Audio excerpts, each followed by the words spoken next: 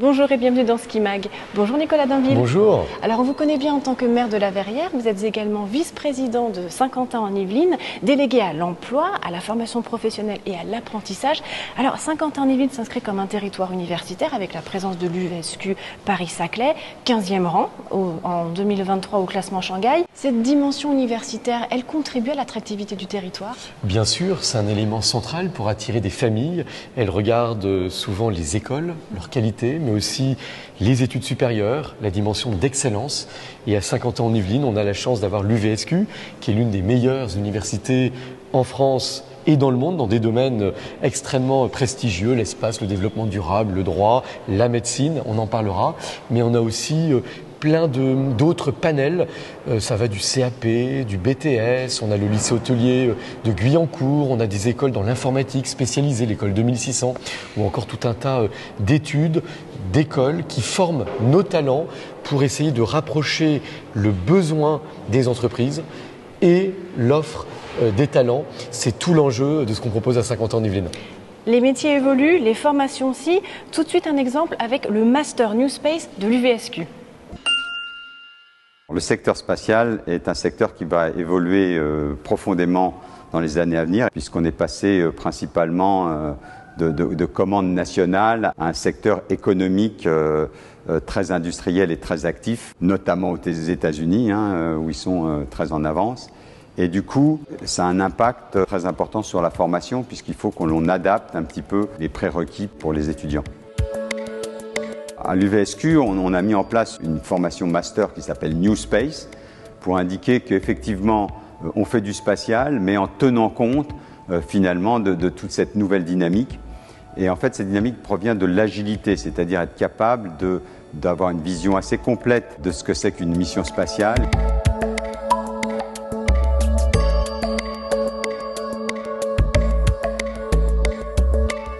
Avec leur parcours, ils peuvent s'insérer soit dans des laboratoires où on conçoit les systèmes, mais ils peuvent également aller dans les grandes entreprises où on développe des instruments, où on les teste, ou aussi bien dans les opérations du spatial, commander les satellites, etc. Aujourd'hui, dans ce secteur, on a des grands groupes, mais aussi il y a beaucoup de start-up. Donc dans une start-up, il faut avoir toutes les compétences avec peu de gens au départ pour démarrer.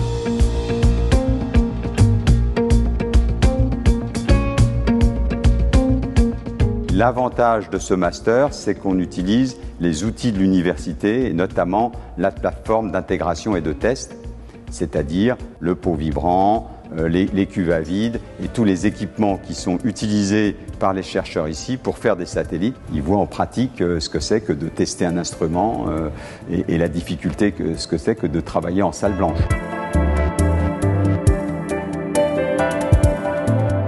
Cette montée en puissance, elle a été complètement identifiée déjà par le gouvernement et c'est comme ça que l'on a obtenu un projet France 2030 qui s'appelle Compétences métiers d'avenir dans le spatial et qui va coordonner 8 grands établissements en Île-de-France pour coordonner les formations et pour avoir une palette large qui correspond aux métiers de demain. On a déjà mis en place une formation Bac+3 à l'IUT. L'industrie spatiale a besoin de Bac+3. Mais demain, ce sera aussi des Bac+3 en économie et en juridique avec des connaissances très variées puisque c'est ce que va avoir besoin le secteur dans les années à venir. Donc ceux qui veulent faire du spatial vont plus être limités à des ingénieurs qui connaissent la physique, mais on va avoir l'ensemble des métiers qui va pouvoir être ouvert et notamment le commercial et tous ces métiers qui sont liés aux applications du spatial. C'est important pour le territoire que cette filière espace, elle soit coordonnée depuis l'université de Versailles Saint-Quentin-en-Yvelines Paris-Saclay. C'est une vraie fierté. Aujourd'hui, Saint-Quentin-en-Yvelines est dans l'espace. On a les yeux rivés vers les étoiles, mais on a les pieds sur terre puisque c'est une filière d'excellence, stratégique, d'avenir pour les sujets de météorologie, pour les sujets de climat, mais aussi pour les sujets de cybersécurité.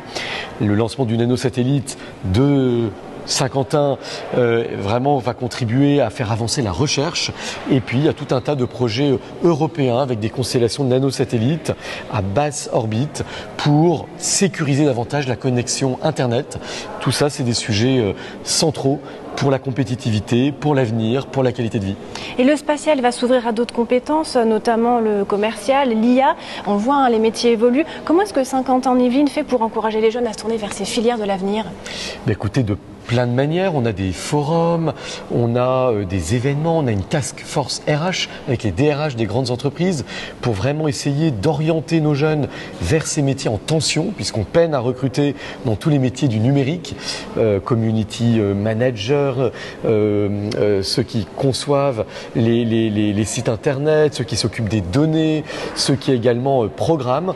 Et donc on a labellisé des écoles du numérique et donc on flèche un certain nombre de demandeurs d'emploi ou de jeunes vers ces écoles pour les former à ces métiers qui recrutent. Les spécificités du territoire en matière d'emploi et d'entreprise, est-ce qu'elles ont un impact sur les formations qui peuvent y être développées ? Bien sûr, nous on a 17 000 entreprises sur le territoire dans des filières d'excellence, à la fois le transport, la santé, mais aussi l'aéronautique avec Airbus pour ne pas le citer, mais également les secteurs bancaires avec les secteurs de cybersécurité. Et donc ces entreprises, elles nous font part de leurs souhaits et on essaye à travers nos outils d'orienter nos jeunes, de les flécher vers ces métiers d'avenir qui sont en tension et qui ont vraiment besoin de talent. Eh bien nous partons tout de suite pour l'école 2600. On a beaucoup d'entreprises qui ont installé leur service cybersécurité à Saint-Quentin-en-Yvelines ou sur le plateau de Paris-Saclay.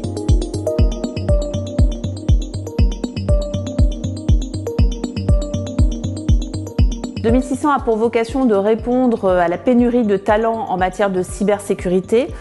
Donc avec l'école 2600 qui a été créée à Saint-Quentin-en-Yvelines en 2021 et qui forme sur un cursus de 3 ans les futurs experts de la cybersécurité en alternance et avec une plateforme de formation continue, une approche de formation tout au long de la vie, très centrée sur les compétences et la certification des micro-compétences pour former également les collaborateurs de l'entreprise.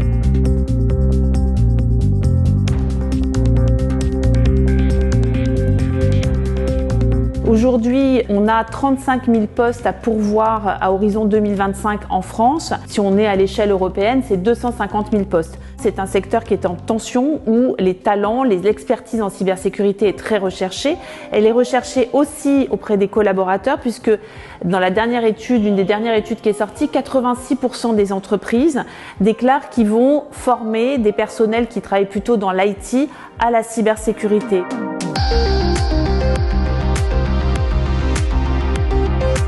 On a surtout besoin de profils qui sont curieux, qui savent et qui ont envie de travailler en équipe parce que c'est vraiment un sport d'équipe, la cybersécurité. En cyber, il y a des innovations tous les jours. Il y a besoin de cette humilité aussi et cette soif d'apprendre en continu.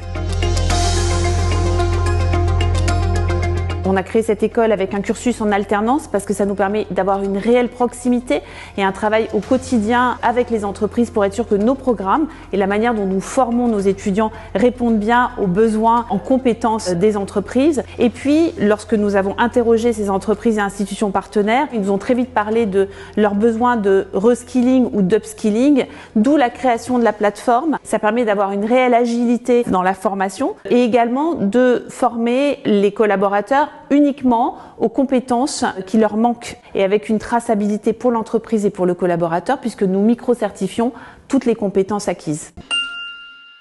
Nicolas Dainville, c'est quoi le point fort de l'alternance ?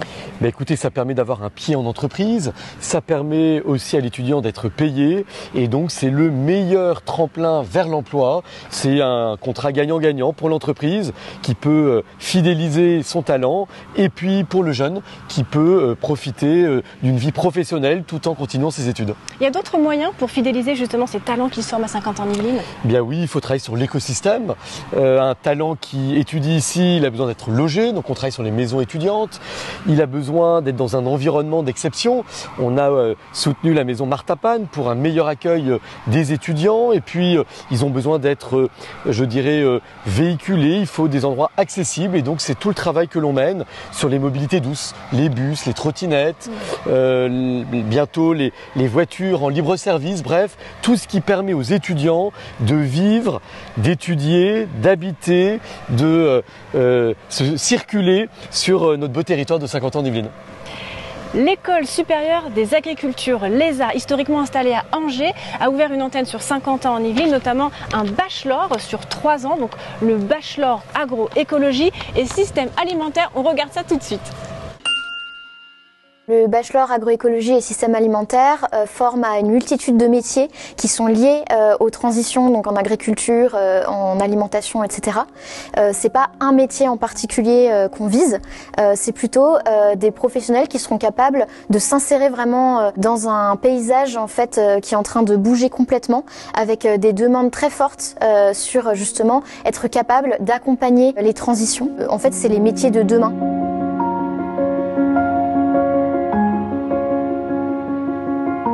L'ADN du bachelor, ici, c'est vraiment la formation par la pratique. C'est-à-dire qu'ils sont complètement en approche par projet. En fait, ils s'organisent en groupe, en travail de groupe, pour au final livrer un travail à la fin. Donc ça peut être une vidéo, ça peut être un article scientifique. Et donc c'est vraiment de la pédagogie active de A à Z.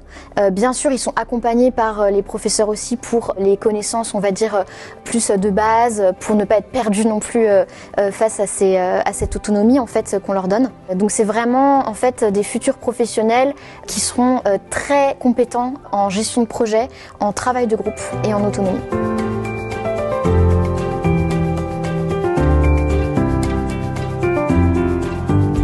Les métiers dans lesquels pourront s'insérer en fait les étudiants qui sortiront du coup de la formation bachelor, ça va être par exemple accompagner une communauté d'agglomération pour mettre en place son projet alimentaire de territoire, donc manger plus local, manger plus bio, etc. Ça va être favoriser la RSE dans des entreprises, donc la responsabilité sociétale et environnementale des entreprises, qui est vraiment un enjeu très fort aujourd'hui. Ça va être favoriser les transitions agroécologiques sur les exploitations agricoles. Donc répondre à l'exigence de triple performance du développement durable, donc environnemental, social et économique.